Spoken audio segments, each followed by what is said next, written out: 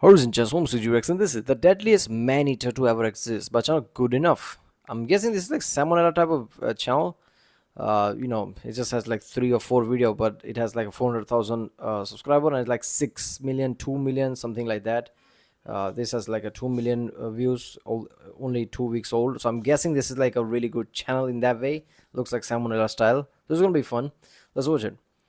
Remember, people, flag my and don't forget to subscribe. That way you can help this channel by helping the algorithm, impression, whatever. And that way I know which type of videos to react to more. I guess comment down if you want me to do any specific reaction. And yeah, let's watch it. Towards the stuff of nightmares. Number 8, the spotted devil of Gumalapur. The spotted devil was the nickname given to one of the devil of Gumalapur. The spotted devil was the nickname given to one of the most feared leopards to have ever lived. In the 1940s, in the state of Tamil Nadu, India, the leopard would claim 250 miles of jungle as its personal hunting grounds. But the reason this leopard was so feared was for its proficiency in hunting humans. Now, if this isn't terrifying enough, leopards are nocturnal hunters, so any attack that would be carried out would be in the darkness of night, where you would never see it coming. And 42 people across multiple villages. Oh my god. Okay, one thing I know from watching casual geography and things like that, whenever like an animal hunts humans, is because they don't have their natural prey. They can't do it for whatever reason, right? It could be like their heart or something or whatever, right? Probably their claw got damaged or something like that. Implying we are the easy mark, even animals know it. Oh my god, I can't do my regular thing. I guess I'll hunt humans. That's how it usually goes. So something similar might be at place here. Would meet this horrifying fate. The spotted devil became so feared that after a while, people in the villages began to barricade their doors after sunset and refused to step foot outside, including to use the restroom, causing a health crisis in many villages. And in its frustration, the leopard would begin to enter homes through windows, roofs, or by any means necessary, snatching people in the dead of night and dragging them into the forest to be devoured. It wouldn't be until the famous hunter Kenneth Anderson was called for help that the leopard would finally be challenged. Anderson was a notorious hunter that specialized in hunting big game animals, especially those that hunted humans. It would take him 3 nights to finally come face to face with the cat, where he would be woken up in the middle of the night by a stray dog that he befriended that night, when it began to violently shake with uncontrollable fear. And when Anderson looked up at the roof, he would catch a glimpse of the devil before losing it in the darkness. He then began to actively search for the cat, and after a few minutes had gone by, he would be alerted by a bark from the stray dog, causing Anderson to quickly turn around and seeing the leopard charging straight at him. And in that instant, he managed to let off 3 shots from his .405 caliber Winchester, killing the cat in its tracks. After examining the body, Anderson would discover porcupine quills lodged between the toes of the leopard's foot, an injury that prevented it from hunting its natural prey, resulting the animal to turn to human flesh. As for the stray dog, oh my god, see, I knew it. I'd seen that coming. But seriously, damn, that's such a sad shit. Seriously, imagine back then, right? Like, it's like we take our modern civilization really for granted, like safety of it. Back then, like that village is like, damn, you can't even get out of a house. It's like right now I can basically just at any moment in night just walk out of my house, walk all around my city, and I'm not gonna be afraid of anything. Basically, it's like that's the level of safety. Back then, just like at night, holy shit, a predator is out.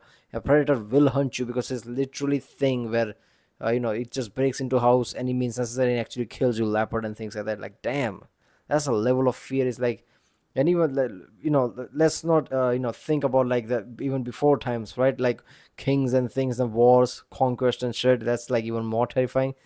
Back then, people's lives were really fucked up. Not gonna lie, this is people like, oh, if our time machine, I would go at this time. Why? To die? This is insane. Anderson befriended during that hunt, he would actually go on to adopt him.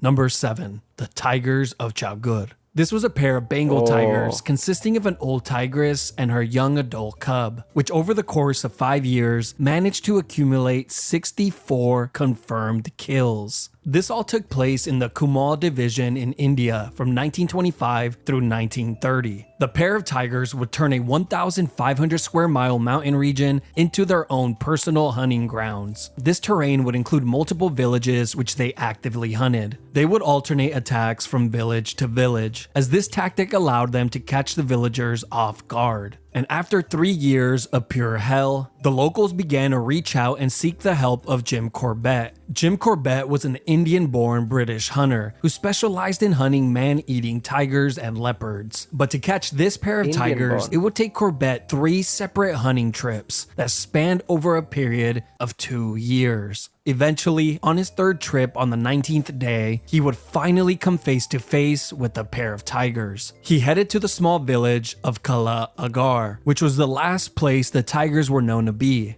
There, he began to hang buffalo meat as bait in the hopes that it would lure out the cats. While on post, Corbett would be alerted by a companion that they had heard the lions nearby. And before he knew it, he would turn a corner and catch himself standing right in front of the tigress at a distance of 8 feet. She was sitting next to a large boulder when Corbett would take the shot, killing her and putting an end to the attacks. He would then kill the young adult cub shortly after. Upon further investigation, he would discover that the tiger's claws and canine teeth were broken and her front teeth completely worn down, causing her to turn to humans as her primary source of food. Number 6. Right, how many instances are there where it's like predator basically turned to humans because it couldn't do anything? That's just like, we are weak as fuck in that way, right? But damn, that is so like leopard is alone would basically frighten you like that first one, right? But tigers, like that's just whole another game, right? I get it, like leopards are more stealthy, so it's more of fearful than tigers. Tigers you can basically at least see them coming. Leopards, basically any leopards like jaguars, and the jaguars especially, that's like the worst shit of all time. Basically assassins. But tigers is like facing tiger. Tiger is beyond a certain threshold. At least to humans, beyond certain threshold, they're so big, tiger, compared to what we can take. Certain humans would literally freeze if they see the tiger. Whether they want to or not, they would just be out of fear, freeze there, which is like even worse. So I'm guessing that story about, I don't know if he's going to mention the story. I mean, it has to, right? That's like one of the most worst thing of all time. Well, it's still in India. Someone who basically killed, I don't know, it was like a tigress or something, and tiger was just pissed off, didn't completely kill off the tiger, and just went on a rampage, right? That's just insane.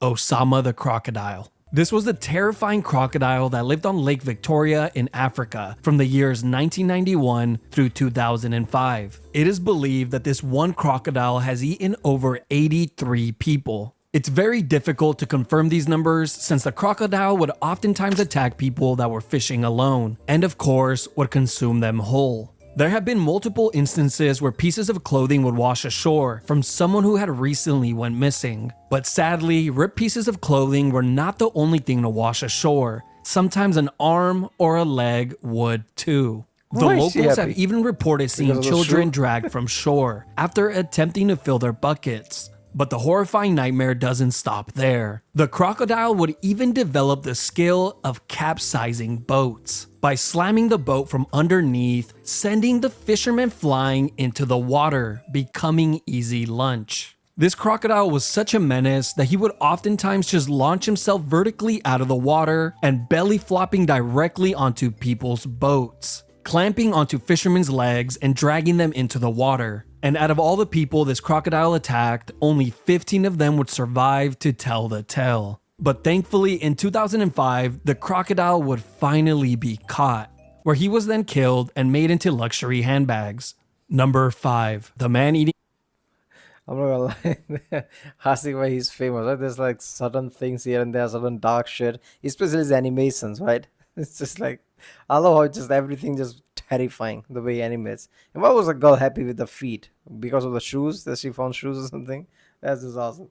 Leopard of Rudraprayag. The first attack came in 1918 in Benji village in the Rudraprayag district of India. This would mark the start of a bloody and gruesome killing spree that would last 8 long years, leaving 125 people dead. During this time period, very few people would even dare to step outside of their homes after sunset, fearing that the leopard would be waiting for them outside, as he often would, since he preferred the taste of human flesh over anything else. And when people stopped going outside, the leopard began to adapt. He would begin to break down doors, leap through windows, and even come in from the roof, which were made from plants.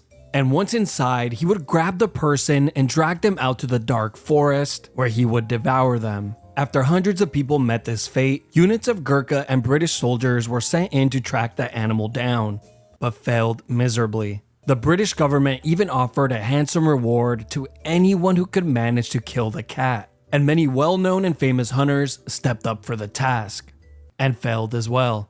But on the 2nd of May 1926, the legendary hunter Jim Corbett would personally take this task on for himself. This would lead him on a 10-week hunt through the jungle, where he would track the cat down and shooting it dead, completing a task that many thought was impossible. And after examining the body, Corbett would discover that there was nothing inherently wrong with the cat. Well, nothing that would prevent it from hunting its regular prey, since it did have some bullet wounds from hunters who had recently missed its vital organs. But other than that, it was fine. Corbett came to the conclusion that the cat had developed a taste for human flesh when it was still very young. You see, a cholera outbreak occurred years prior, and many people who died from the disease would be taken to grave sites where they were left unburied. And to a young cat, this would have been easy food. But when the disease inevitably slowed down, the bodies did too, causing the cat's food supply to dwindle down. So naturally, the cat began to hunt and consume the food that it had always eaten.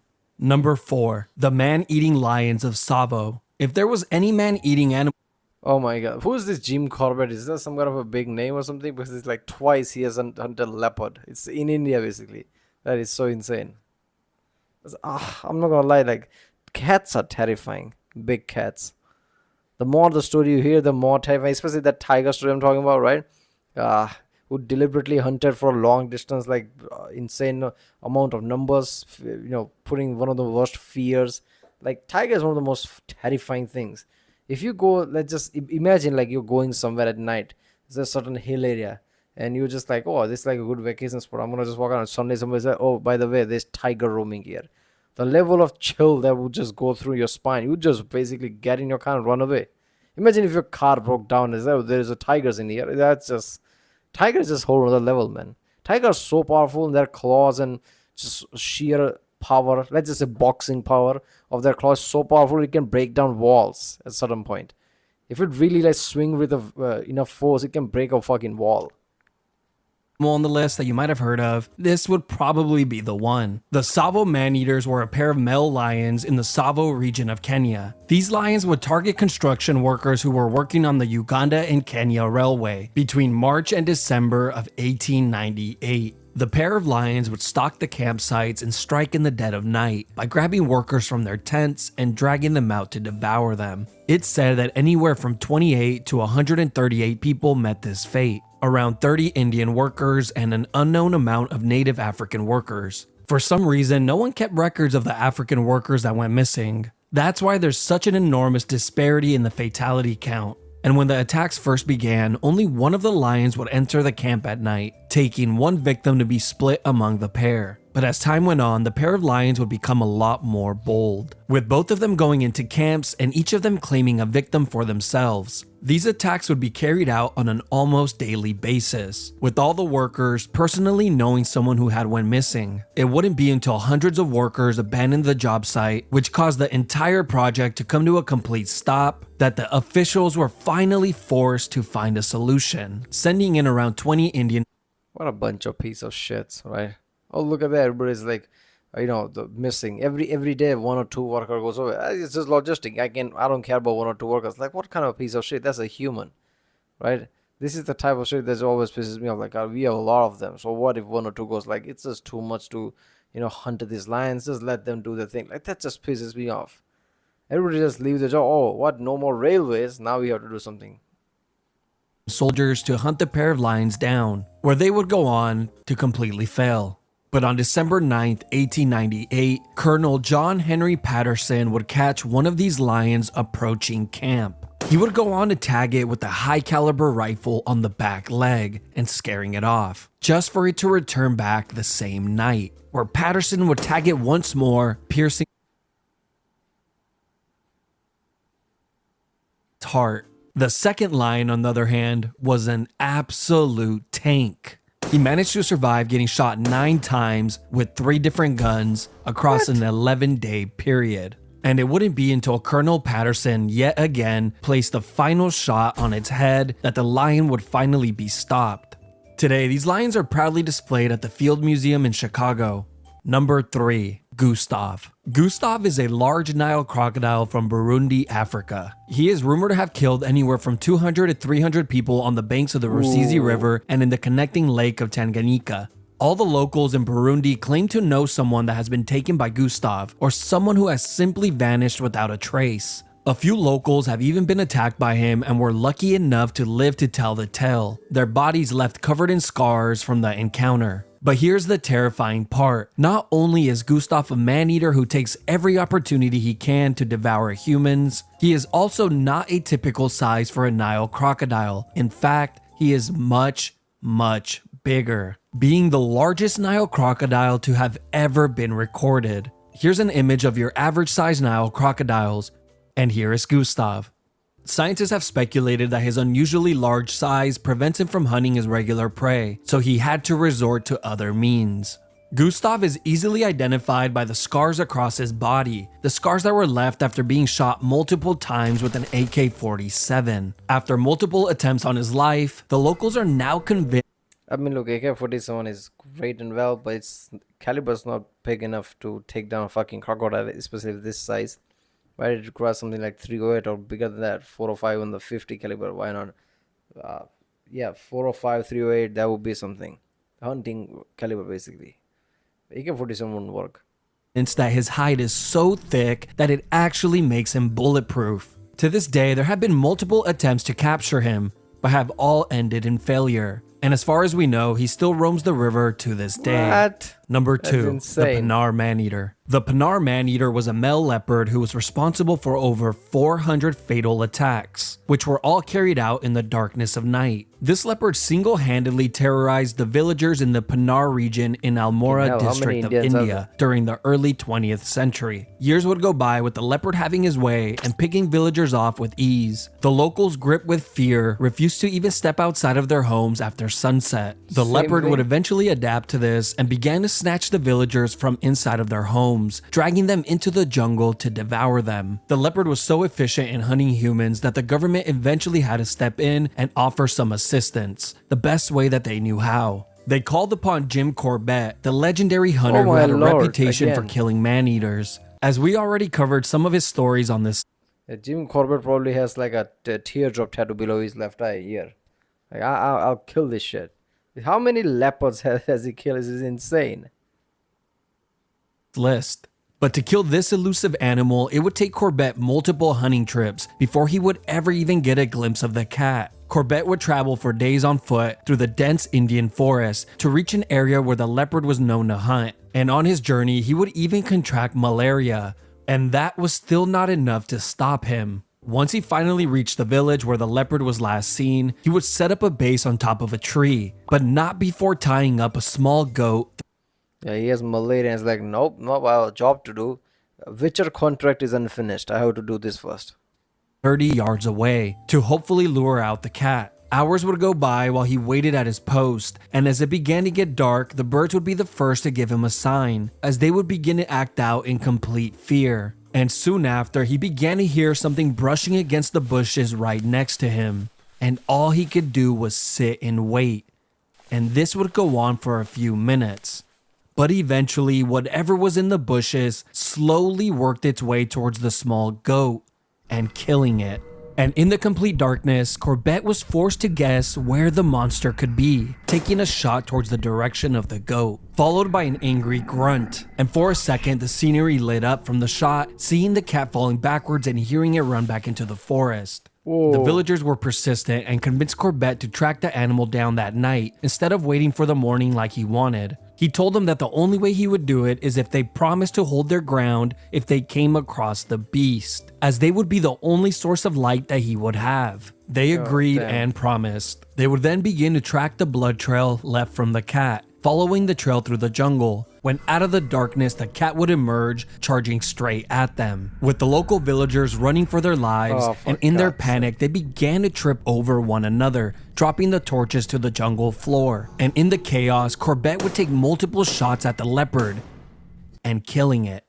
He would go on to write in his book that if the locals had not fallen down and tripped over each other, he would have been left standing there in the complete darkness, and the cat might have been the one walking away instead of him. What? Number 1. The Devil of...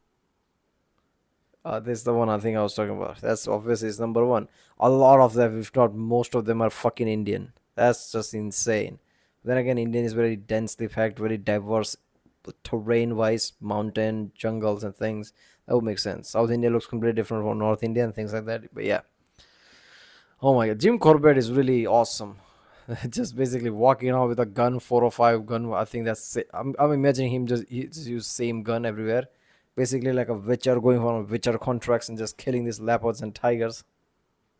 India. This is the single deadliest animal to have ever lived, and would make one hunter an absolute legend. The Devil of India was a Bengal tigress responsible for an estimated 436 deaths, which she acquired in Nepal and the Kumail division in India from the late 19th and early 20th century. The tigress was even entered into the Guinness Book of World Records for holding the largest number of fatalities by a single animal. The killings first began in western Nepal, where the villagers were tormented and eaten for 3 long years. Hunters would eventually be sent in to track the animal down, but she would prove to be too elusive. Eventually, the Nepalese army was called in, and they would succeed in scaring her away, forcing her across the border and into India, where she would continue to hunt for humans in the Kumail district, rotating her kills between multiple villages, picking anyone off who would venture into the woods. And since all the kills were done in broad daylight, this would leave the villagers completely paralyzed with fear, preventing them from working and leaving their homes. This nightmare would last for a dreadfully long...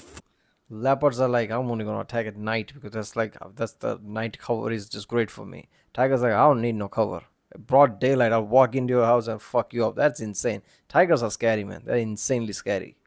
4 years, but eventually a handsome reward would be offered to any man who could manage to kill the beast. Many well-known and famous hunters would attempt this task, but would all return home with a taste of defeat. But in 1907, a young and unknown 31-year-old hunter would take this challenge on for himself, and surprisingly he would refuse the money, as he accepted the task simply to help. He would begin this hunt with a 4-day trip on foot through the dense jungle before reaching the town where the animal was last seen. On arrival, he would be shocked to discover a ghost town, since everyone was locked inside of their homes, with the locals claiming that the animal had been roaring in the nearby jungle for the last few days. The young hunter would then proceed to the site where the last victim was taken, discovering nothing but a few of the victim's bones. While investigating, word of a new attack reached the village. It was from the neighboring town. The hunter quickly set out on foot once again, but by the time he reached the town, he would discover that a newer attack had just taken place. He would reach the new attack site and began to follow the trail of blood, seeing nothing but a small glimpse of the tigress on the horizon.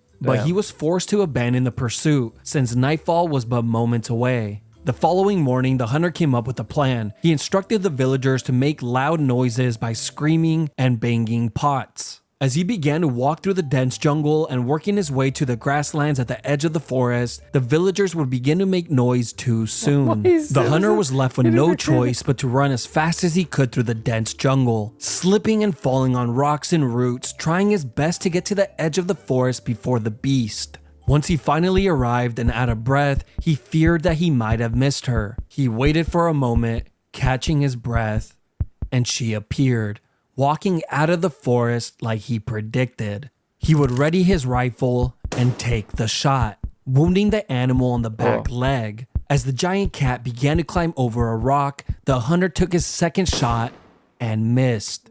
With the cat over the rock and out of sight, the only option left was to track her down. Once he climbed over the rock to see where the animal had gone, she would instantly appear standing on top of Damn. another rock where she would begin to charge him head on. And in that instant, the hunter would let off his third shot, sending the animal from a complete charge to collapsing onto the floor. Ooh. Laying on the grass, she would take her last and final breath. Upon inspecting the body, the hunter found that the tiger's top and bottom jaw were completely broken. A hunter long ago, before she was ever a man-eater, attempted to kill her for sport, permanently injuring her, preventing the animal from hunting and eating her natural prey, resulting in her having to resort to eating humans as a means of survival. But after 7 long years and devouring over 430 people, the nightmare would now come to an end. Yep. The people from countless villages would finally have true peace and their normal lives return to them. And for the young hunter who killed the beast, he would go down in history as one of the most prolific hunters to have ever lived. He would be remembered for generations and would even have the first national park in India named in his honor. This 31-year-old unknown hunter was no one other than Jim Corbett. Oh, that's so good. Fucking love that. Oh, obviously subscribe. Not gonna lie, as soon as this young hunter, I'm like, oh no, this is way too good. This is like Hollywood level shit. He can't be Jim Corbett. Of course he is. Of course he is. He has hunted one of the most vicious, man-eaters, animals, cats of all time. What a legend. Why nobody makes a fucking video about him? This might as well be Jim Corbett. He should put the deadliest man-eaters to ever exist / Jim Corbett or video on Jim Corbett, which is basically what it is. Alright, damn, this channel is really good. Good enough. Good enough is great enough. Is enough, can enough be? Like, this is the best thing ever. Salmonella makes a video nowadays like once every 1.5 to 2 years or something. I don't know. So this, this can be good replacement in that way. So yeah. Well, if you like my reaction, don't forget to subscribe, and yeah, I'll see you next time.